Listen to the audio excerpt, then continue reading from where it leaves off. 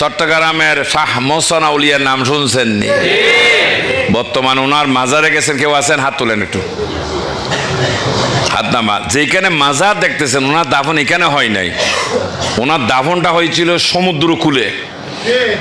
যখন ওনার কবর শরীফে পানি ঢুকে গেলেন, উনি অনেক মুসলমানকে স্বপ্নে দেখাইলেন যে আমি একজন মানুষ এখানে আছি, আমার কবরে পানি ঢুকে গেছে, আপনারা একটু সরাই নেন আমাকে। নেই নাই, পরে জেলেরাদেরকে ডাকে বলছিলেন যে আমি একজন মুসলমান দরবেশ, আমার অবস্থান এখানে, আমার কবরে পানি ঢুকে গেছে, অতএব বাবু তোমরা হলো আমাকে একটু নিয়ে যাও। তখন এই তারা সাড়া দিয়েছিলেন।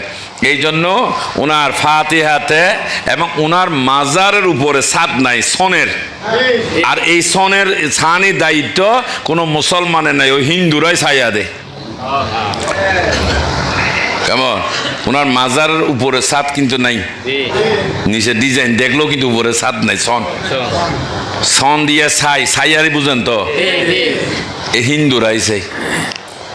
ওনাকে ওখান থেকে তুলে এই বর্তমানে ওনাকে আনলেন এই জায়গায়। তো তুলে আনা মানে মানুষ তো মরণশীল, মরে ফসে যায়, তো কিভাবে আনলো? একজন মরা ফসা মানুষকে আনা যাবে? তো মানুষটা কি ক্ষত না অক্ষত?